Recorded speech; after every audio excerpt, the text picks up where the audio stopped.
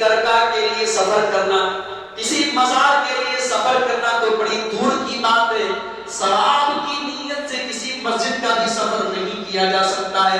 اگر آپ بیجاپور سے دلی کا سفر کریں، بیجاپور سے دلی کا سفر کریں اور مقصد یہ ہو کہ آپ جامع مسجد کی زیارت کریں اور جامع مسجد میں 2 رکعت نماز پڑھیں، آپ ثواب کی نیت سے جامع مسجد کا سفر کرنے کے لیے دلی بھی جائیں گے تو یہ حرام ہے، غلط ہے. اللہ کے نبی فرماتے ہیں، بخاری اور مسلم کی روایت ہے، لا تشد الرحال الا الى 3 مساجد. دنیا کے اندر صرف 3 مسجدیں ایسی ہیں جہاں ثواب کی نیت سے سفر کر کے جایا جا سکتا ہے. کوئی بتا سکتا ہے کون سی 3 مسجدیں؟ مسجد اقصی، مسجد نبوی اور مسجد حرام خانہ کعبہ. کوئی چوتھی مسجد نہیں. مزار تو چھوڑو، درگاہ تو چھوڑو، آستانے تو چھوڑو، کوئی چوتھی مسجد ہی نہیں ہے جہاں سفر کر کے جایا جائے. یہاں پورا بسیں جا رہی ہیں، پوری گاڑیاں جا رہی ہیں. کیا ہے؟ اللہ کے نبی فرماتے ہیں، ابو داؤد کتاب المناسک کی روایت ہے، لا تجعلوا بیوتکم قبورا. اے مسلمانوں، تم اپنے گھر کو قبرستان نہ بنا لینا. کیا مطلب؟ یعنی جیسے تم مسجد میں آ کے نماز پڑھتے ہو، سنت نمازیں اور نفل نمازیں گھروں میں بھی پڑھا کرو. گھر کو قبرستان مت بناؤ، اس لیے کہ قبرستان ہی ایک ایسی جگہ ہے جہاں نماز نہیں پڑھی جاتی ہے. اپنے گھر کو قبرستان مت بناؤ، یعنی گھر کے اندر نماز پڑھا. وَلَا تَجْعَلُوا قَبْرِي عِيدًا. اور اے میری امت کے لوگوں، میرے انتقال کے بعد میری قبر پہ تم عید نہ منانا. کیا مطلب؟ یعنی عید بار بار آتی ہے، ہر سال آتی ہے، تو میری قبر پہ بار بار اس کے لیے خوشی منانے کے لیے، عید منانے کے لیے میری قبر پہ نہ آنا. وَصَلُّوا عَلَيَّ. اور اے میری امت کے لوگوں، تم کہیں پر بھی رہنا تو میرے اوپر درود پڑھتے رہنا. فَإِنَّ صَلَاتَكُمْ تَبْلُغُنِي حَيْثُ مَا كُنتُمْ. تم دنیا کے کسی بھی کونے میں بیٹھ کر کے میرے اوپر درود پڑھ سکتے ہو. اللہ کے نبی کہتے تمہارا درود مجھے پہنچا دیا جائے گا. یہاں صاحب ہمارا درود پہنچایا جا رہا ہے، لیکن یہاں ہم مجلس کرتے ہیں، پروگرام کرتے ہیں تو نبی ہمارے لیے آتے ہیں. یہاں آدمی کی عقیدہ رکھا ہے، کھڑے ہو جاؤ، سرکار آ گئے. کبھی غور کرو، سوچو کہ یہ عقیدہ اللہ کے نبی کی تعظیم میں بنایا گیا ہے یا اللہ کے نبی کی توہین. بھئی جو بڑا ہوتا ہے، جو احترام کے لائق ہوتا ہے، اس کے پاس جایا جاتا ہے. یہ ہماری نظر میں ہمارے نبی کا مقام ہے کہ ہم گنہگاروں کے پاس اللہ کے نبی چل کے آتے ہیں، اور جب آتے ہیں تو ہم درود پڑھتے ہیں. میرے نبی تو سکھا رہے ہیں کہیں پر بھی رہو درود پڑھو، تمہارا درود مجھے پہنچا دیا جائے. تو عرس کی کوئی حقیقت نہیں، قبر کو پکا بنانے کی کوئی حقیقت نہیں. قبر پہ مجاور جو لوگ ہیں، جن کے پیٹ کی دکانیں چل رہی ہیں، آپ اجمیر کے جو مجاور ہیں، جو درگاہ نشین ہیں، ان کے بارے میں ان کا بایو ڈاٹا پتا کریں. کروڑ پتی لوگ ہیں، ارب پتی لوگ ہیں، کھا رہے ہیں کمائی قبروں کی. جو مردوں کی کمائی کھائے تو قوم کبھی کامیاب نہیں کر سکتی. جا کے دیکھو ان درگاہوں اور مزاروں اور آستانوں پہ کیا نہیں ہو رہا ہے. کون سی ایسی برائی ہے جو نہیں ہو رہی ہے؟ شراب بھی ہے، ڈرگس بھی ہے، عیاشیاں بھی ہے، بے پردگی بھی ہے، بے حیائی بھی ہے.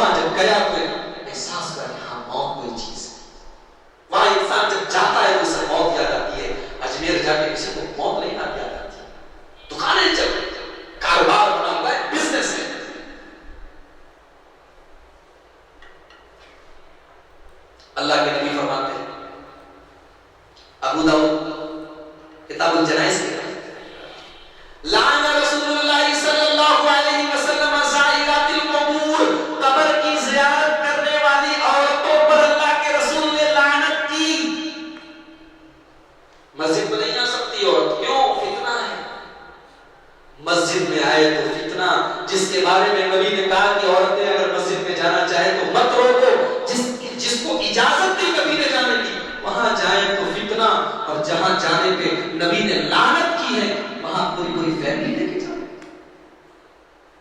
گلبرگہ شریف تو بہت دور نہیں نا آپ کے گھر سے، دیکھیے آپ جب کورس کا ٹائم ہوتا ہے کیسی ٹرینوں پہ فیملیز آ رہی ہیں، لڑکیاں آ رہی ہیں، عورتیں آ رہی ہیں، کوئی فیملی۔ اللہ کے رسول لعنت ہے اللہ کے نبی نے لعنت کی۔ والمتخذین علیہا المساجد، اور قبروں کے اوپر مسجد بنانے والوں پر، قبر کے اوپر کوئی مسجد بنا لے اس کے اوپر بھی اللہ کے نبی نے لعنت کی ہے۔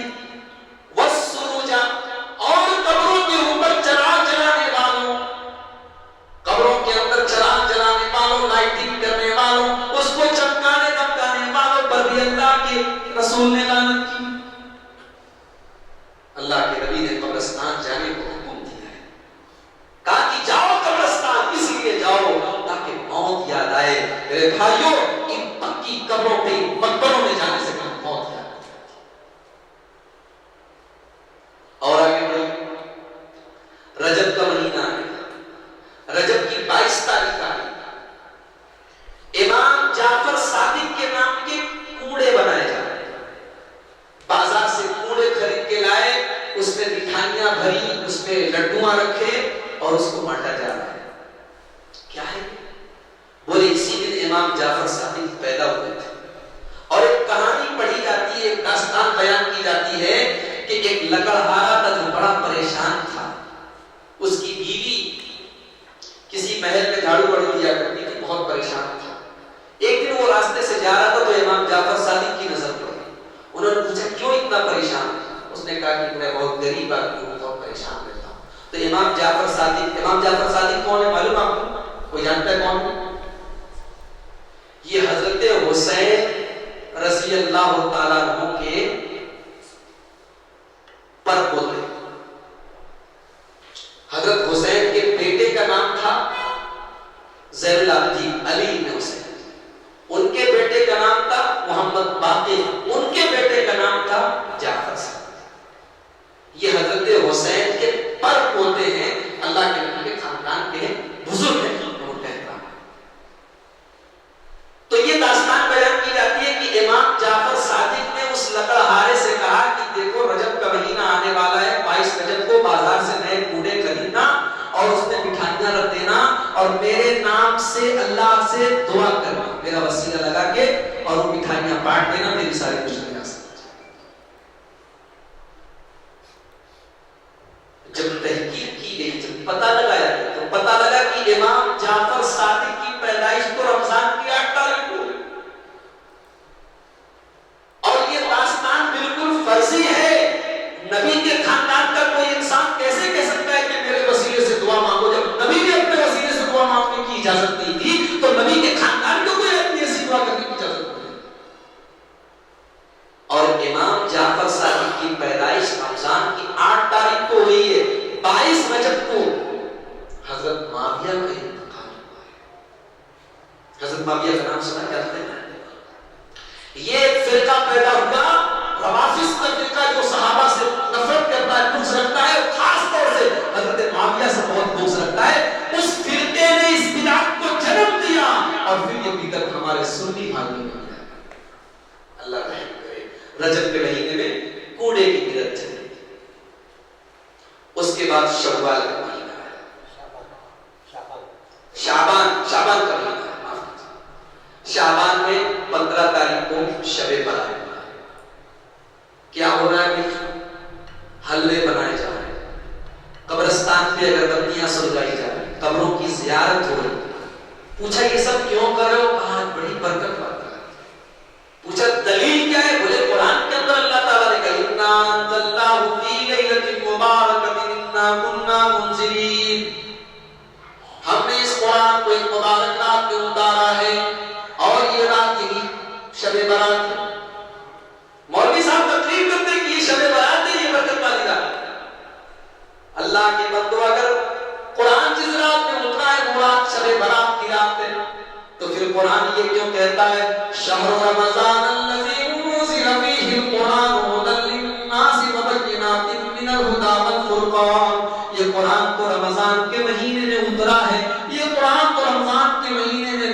دیا گیا ہے.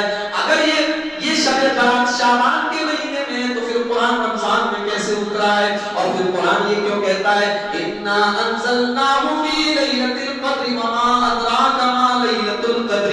یہ قرآن تو لیلۃ القدر میں اتارا گیا ہے.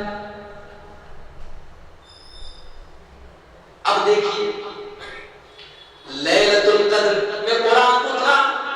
لیلۃ القدر میں تو لوگ نہیں جانے کے لوگ عبادت نہیں کریں گے، لیکن اس کے اپوزٹ آپ دیکھیں شب برات میں بڑی عبادت ہو رہی ہے. ہماری بہت ساری مائیں بہنیں 100 رکعت نمازیں پڑھ رہی ہیں، 15 شعبان کا روزہ بھی رکھا جا رہا ہے، جبکہ یہ تمام چیزیں نہ قرآن سے ثابت ہے، نہ حدیث سے ثابت ہے، نہ صحابہ سے ثابت.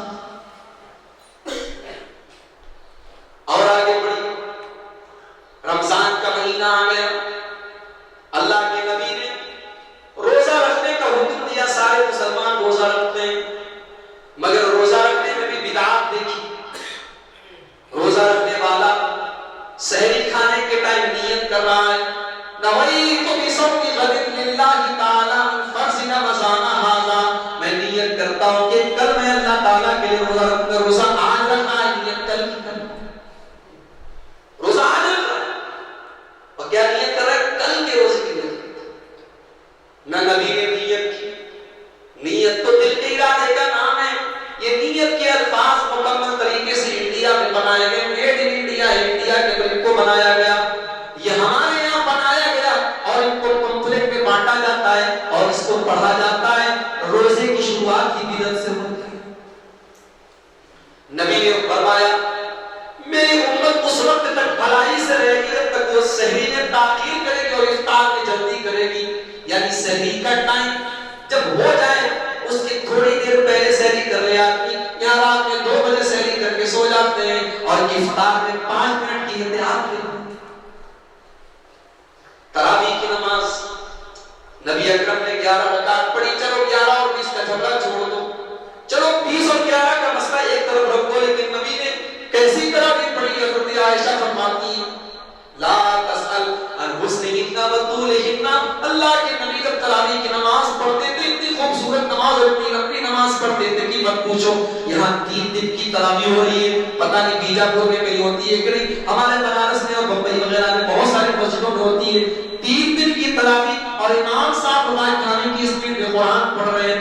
پیچھے والوں کو یا لمن تعلمون کے علاوہ کوئی بھی سنائی نہیں دیتا. قرآن کا مسئلہ. پھر شوال کا مہینہ آ گیا. شوال کے مہینے میں سماج کے اندر آج سے 1400 سال پہلے ایک عقیدہ تھا. شوال کے مہینے میں کوئی جلدی شادی نہیں کرتا تھا. شوال کے مہینے کو منحوس مانا جاتا تھا. حضرت عائشہ رضی اللہ تعالیٰ عنہ فرماتی کہ لوگ شوال کے مہینے کو منحوس سمجھتے تھے، لیکن اتفاق دیکھو تزوج تو رسول اللہ صلی اللہ علیہ وسلم فی شوال. میری شادی جب اللہ کے نبی کے ساتھ ہوئی تو شوال ہی کے مہینے میں. وَأُدْخِلْتُ عَلَيْهِ فِي شَوَّالَ. اور شادی کے بعد جب میری رخصتی ہوئی تو وہ بھی شوال کے مہینے میں ہوئی.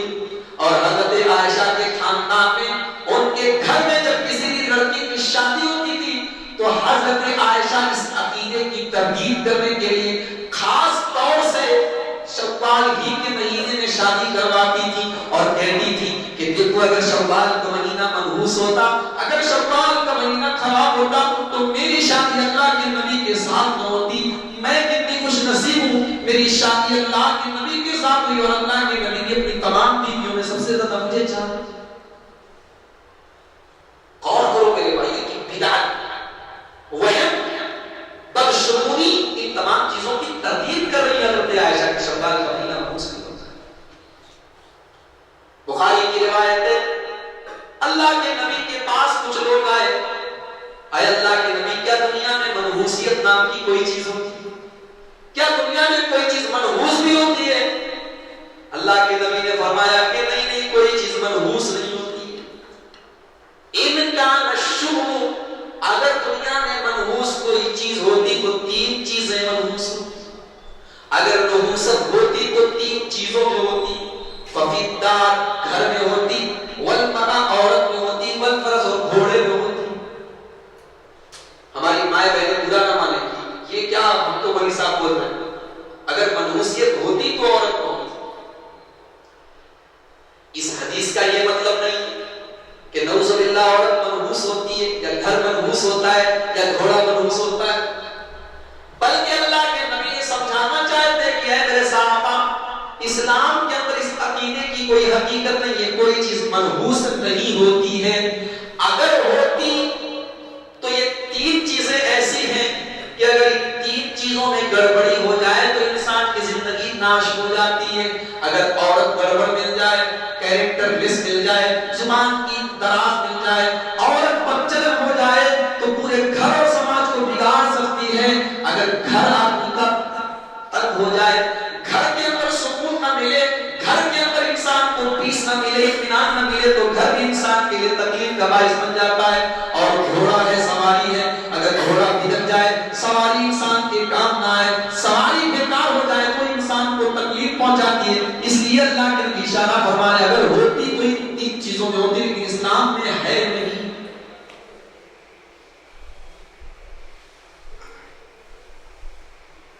وہ امت جو توحید لے کر دنیا میں آئی تھی، آج اس امت کو ماننے والا لال کالے پیلے دھاگوں پر بھروسہ رکھے ہوئے، کوئی گنڈا پہنتا ہے، کوئی تعویذ پہنتا ہے. فلموں کے اندر بھی دکھایا جاتا ہے کہ مسلمان تعویذ پہنتا ہے، یعنی فلمی دنیا والوں کو بھی معلوم ہے کہ مسلمان کی پہچان تعویذ سے ہوتی ہے. کوئی تعویذ پہنے ہوئے ہے، کوئی گنڈا پہنے ہوئے. اچھا گنڈا کیا ہوتا ہے؟ گنڈا یہ ہوتا ہے کہ پیٹ بھرو پیٹو قسم کے جو پیر صاحب ہوتے ہیں، عورتیں ان کے پاس جاتی ہیں، لوگ ان کے پاس جاتے ہیں، پیر صاحب میری طبیعت بڑی خراب ہے، پیر صاحب مجھے نظر لگ گئی ہے. پیر صاحب دعا تو نہیں بتاتے ہیں جو نبی کا طریقہ ہے. پیر صاحب پھونکتے ہیں اور پھونکنے کے بعد ایک دھاگے پر پھونک کے اس کو باندھ کے دے دیتے ہو، یہ گنڈا باندھ لو. وہ لوگوں یہ جو گنڈا باندھا جاتا ہے اس کے بارے میں اللہ کے نبی کیا فرماتے ہیں؟ سنن نسائی کی روایت ہے، اللہ کے نبی فرماتے ہیں من عقد عقدۃ ثم نفث فیہ، اگر کوئی گرے لگا کے پھونک مارتا ہے، کسی دھاگے میں گرے لگا کے کوئی پھونک مارتا ہے، فقد سحر، وہ جادو کر رہا ہے، وہ حقیقت میں جادو کر رہا ہے. ومن سحر، اور جو جادو کر رہا ہے، فقد اشرک، وہ شرک کر رہا ہے. اور اللہ کے نبی فرماتے ہیں وَأَن تَعَلَّقَ شَيْئًا، جو اپنے گلے میں تعویذ لٹکاتا ہے، جو گھنٹا لٹکاتا ہے، جو دھاگا لگاتا ہے، جو بچوں کو دھاگا پہناتا ہے، وُكِلَ إِلَيْهِ، اللہ تعالیٰ اس کو دھاگے کے حوالے کر دے گا. اللہ تعالیٰ اس کو دھاگے کے حوالے کر دے گا. جا، تو نے مجھے چھوڑ کے دھاگے سے امید لگائی تھی، جا میں نے تیرا معاملہ دھاگے کے حوالے کر. کتنا بدقسمت ہے یہ. اس کی تقدیر کا فیصلہ دھاگا کر رہا ہے. اس کا ایمان اتنا کمزور ہے، اس کا عقیدہ اتنا کمزور. میرے نبی تو بچے بچے کو توحید سکھاتے. 12 سال کی عمر عبداللہ ابن عباس کی. عبداللہ ابن عباس اللہ کے نبی کے پیچھے سواری پر بیٹھیں گے. اللہ کے نبی عبداللہ ابن عباس سے کہتے ہیں اے پیارے بچے، تجھے جب بھی سوال کرنا ہو اللہ سے سوال کرنا، جب بھی مدد مانگنا ہو تو اللہ سے مدد مانگنا. اور اے بچے وَعْلَمْ أَنَّ الْأُمَّةَ لَوِ اجْتَمَعَتْ عَلَىٰ أَن يَنفَعُوكَ بِشَيْءٍ، ساری دنیا مل کر کے بھی تجھے کوئی فائدہ پہنچانا چاہے، ساری دنیا مل کر کے کوئی فائدہ نہیں پہنچا سکتی جب تک اللہ تعالیٰ نے تیری تقدیر میں وہ فائدہ نہ لکھا ہو. اللہ کے نبی تو تقدیر کا عقیدہ سکھا رہے، اللہ کے نبی تو توحید سکھا رہے، اور آج اپنے بچوں کے گلے میں تعویذ ڈال.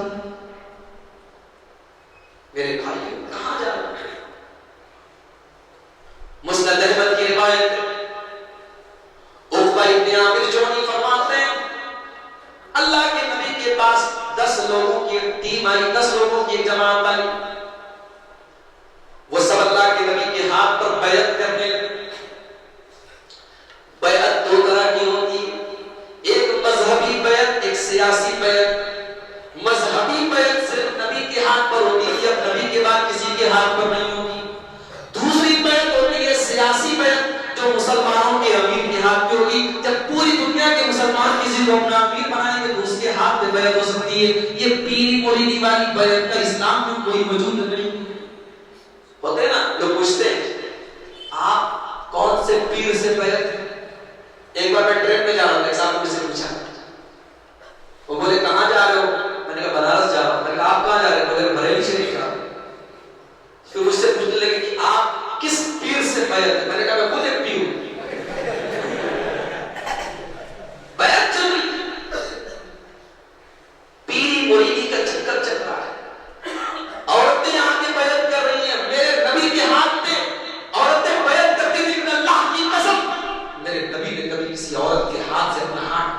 دیا. عورتیں آتی تھی پردے کے باہر کھڑی رہتی تھی, پردے کے پیچھے سے اللہ کے نبی کے ساتھ بیعت. یہاں پیر صاحب کے ہاتھ پہ عورت آئی بیعت. واٹس ایپ پہ ویڈیو آیا, دیکھیے آپ عورتیں کیا کیا کر رہی ہیں پیر لوگ عورتوں کے ساتھ, کتنی عزتیں نیلام ہو رہی ہیں, کتنی گندگی پھیل رہی ہے. سمجھ اللہ کے نبی کے پاس 10 لوگ آئے, سب نے بیعت کی. اللہ کے نبی نے 9 لوگوں سے بیعت کی, ایک آدمی سے بیعت نہیں کی, ہاتھ پیچھے کر دیا. لوگ کہنے لگے اللہ کے نبی نو لوگوں کے ہاتھ پر تو آپ نے بیعت کر لی, 9 لوگوں کو تو آپ نے بیعت کرنے کی اجازت دے دی, ایک آدمی کو آپ نے ریجیکٹ کر دیا, ایسا کیوں کیا؟ آپ نے فرمایا ان علیہ تمیمۃ, وہ تعویذ پہنے, دیکھو اس کے گلے میں تعویذ ہے, تعویذ پہنے ہوئے, اسی لیے میں نے اس کو بیعت نہیں کرنے دی. صحابی نے فوراً اپنا ہاتھ گردن پہ ڈالا, تعویذ کو نوچا اور نکال کے پھینک دیا, اور اللہ کے نبی کے ہاتھ پہ ہاتھ رکھا, آپ نے بیعت کر لی. اور آپ نے فرمایا من تعلق تمیمۃ فقد اشرک, اے میرے سامنے تم برا نہ ماننا, یہ تعویذ ایک ایسی چیز ہے, اگر کوئی تعویذ پہنے گا تو گویا کہ تعویذ جو پہنے گا وہ شرک کر رہا ہے, یہ شرک کروانے والی چیز. پتہ یہ چلا کہ نبی تعویذ پہننے کی نہیں, تعویذ نوچنے کی تعلیم دے. پتہ یہ چلا کہ نبی اکرم کی تعلیم یہ نہیں ہے کہ تعویذ پہنا جائے, نبی اکرم تو یہ تعلیم دے رہے ہیں کہ کوئی تعویذ اگر پہنے ہیں تو وہ اتار دے. ہاں جو نبی نے طریقہ بتایا ہے ان طریقوں پر آپ عمل کیجیے. بچوں کو نظر لگ سکتی ہے, بچوں کو آپ رات میں جب بھی سونے لگے دعائیں پڑھ کے دم کیجیے. بچے کو کبھی اگر لگے کہ بچہ بیمار ہے, دواؤں سے ٹھیک نہیں ہو رہا ہے, نظر لگ گئی ہے, تو آپ وہ دعائیں پڑھ کے دم کیجیے. تو اللہ کے نبی حسن اور حسین کے اوپر دم کرتے تھے, اللہ کے نبی اپنے نوازوں کو دم کرتے تھے تو پڑھتے تھے وَإِذُ بِكَلِمَاتِ اللَّهِ تَامَّةٍ مِنْ كُلِّ شَيْطَانٍ وَهَامَّةٍ وَمِنْ كُلِّ عَيْنٍ لَامَّةٍ. آپ یہ دعا پڑھیے اپنے بچے کے اوپر, انشاءاللہ نظر نہیں لگے. کسی عورت کو کوئی مسئلہ ہے, وہ رات کو ڈر جاتی ہے, کسی مرد کو کوئی مسئلہ ہے, ڈراونے سپنے آتے ہیں, رات کو وضو کر کے سونے کی عادت ہے. آیت الکرسی پڑھ کے سوئیے. آیت الکرسی اگر پڑھیے گا تو خود شیطان کو بھی پتا ہے کہ آیت الکرسی جو پڑھ کے سوئے گا میں اس کے قریب نہیں جا سکتا. سورہ بقرہ کی آخری 2 آیتیں پڑھ کے تب کر کے اپنے اوپر 33 بار سبحان اللہ, 33 بار الحمدللہ اور 34 بار اللہ اکبر, یہ تمام چیزیں پڑھ کے اپنے اوپر دم کر کے سو جائیے. انشاءاللہ آپ ہر طریقے کی مصیبتوں سے محفوظ ہیں. یہ سب تو نہیں کرنا ہے, ہاں تعویذ پہن لینا ہے, گڈا پہن لینا ہے, کیونکہ اس میں پیروں کی صاحبوں کی دکان ہے. اچھا آپ یہ تعویذ لینے جاتا ہے تو کہتا ہے کہ کیا ہوا ہے آپ کو؟ ارے پیر صاحب میں کیا بتاؤں, میرے کو کسی چیز میں میرا من نہیں لگتا, کوئی کام میں میرا دل نہیں لگتا, بخار رہتا ہے, کمزوری رہتی ہے. اچھا وہ شیطان کا اثر ہے, شیطان کا سایہ. تو تم ایک کام کرو, تم 100 گرام زعفران لے لو اور تم یہ لاؤ وہ لاؤ, فلاں والا پتھر لاؤ. ارے پیر صاحب آپ ہی کچھ انتظام کر دیجیے, چلاؤ 5000 روپے کا. یہ اس طریقے سے نہیں دکھانے چلتے. امت کو شرک میں ڈال کے پیٹ پالتے ہیں, یہ امت کو بدعات اور خرافات میں ڈال کے پیٹ پالتے ہیں. مگر اللہ تعالیٰ نے بھی, اللہ کے رسول نے بھی وعدہ کیا کہ ہر زمانے میں ایک جماعت, ایک منہج, ایسے لوگ رہیں گے جو دنیا سے باطل پرستوں کی باطل چیزوں کو بے نقاب کریں, جو لوگوں کو دین کے اندر جو لوگوں نے تحریف کی ہے, بغاوت پیدا کیا ہے, اس تحریف کا خلاصہ کریں گے. انشاءاللہ جب تک یہ بدعات چل رہی ہیں, یہ خرافات چل رہی ہیں, ان کا رد کرنے والے, ان کا پوسٹ مارٹم کرنے والے بھی انشاءاللہ قیامت کی صبح آئیے ہم اللہ سے دعا کریں. رب العالمین ہماری ہر قسم کے شرک و بدعت سے ہماری حفاظت کرے. رب العالمین ہمیں اپنے نبی کے منہج اور طریقے پر چلنے کی توفیق فرمائے. رب العالمین ہمارے ان بھائیوں کو جنہیں دین کے نام پر دین سے دور کیا گیا ہے, جو شرک میں, بدعات میں, خرافات میں, تعویذ میں, گڈھے میں, مزاروں میں, روز میں پھنسے ہوئے ہیں, اللہ تعالیٰ انہیں دین کی صحیح تعلیم پر چلنے کی توفیق عطا فرمائے. اور اے اللہ تو جانتا ہے ہم تیرے نبی سے سچی محبت کرتے, اے اللہ ہم تیرے تمام اولیاء کرام سے محبت کرتے ہیں مگر اس محبت کے نام پر ہم شرک و بدعت کے خلاف ہیں. اے اللہ تو ہمیں اسی طریقے سے اپنے نبی سے محبت کرتے رہنے کی توفیق عطا فرما. اے اللہ ہمیں اپنے تمام اولیاء کرام سے ایمانی محبت جو قرآن اور حدیث میں جو محبت بتائی گئی ہے وہ محبت ہم سب کو اپنے دلوں میں پیدا کرنے کی توفیق عطا فرما. اے اللہ ہمیں حکمت کے ساتھ محبت کے ساتھ دعوت کا کام دین کا کام کرنے کی لوگوں کی اصلاح کرنے کی ہم سب کو توفیق عطا فرما. رب العالمین جب تک ہم دنیا میں زندہ رہیں اسلام پر زندہ رہیں خاتمہ ہمارا ایمان پر ہو. آمین. وآخر دعوانا الحمدللہ رب العالمین. السلام